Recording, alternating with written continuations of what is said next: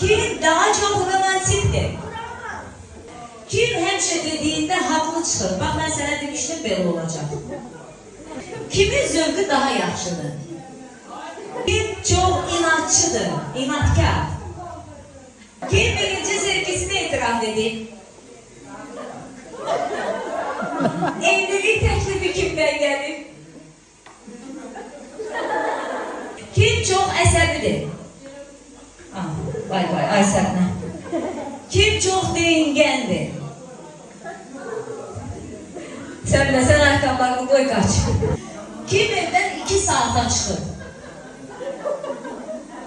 2 saate kim çıxır səndən? Düzündür. Kime bir sözü 2 dəfə deyirsən?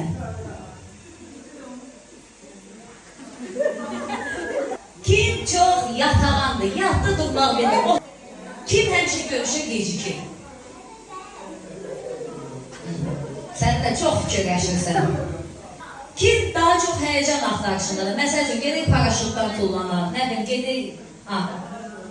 Səbirlər.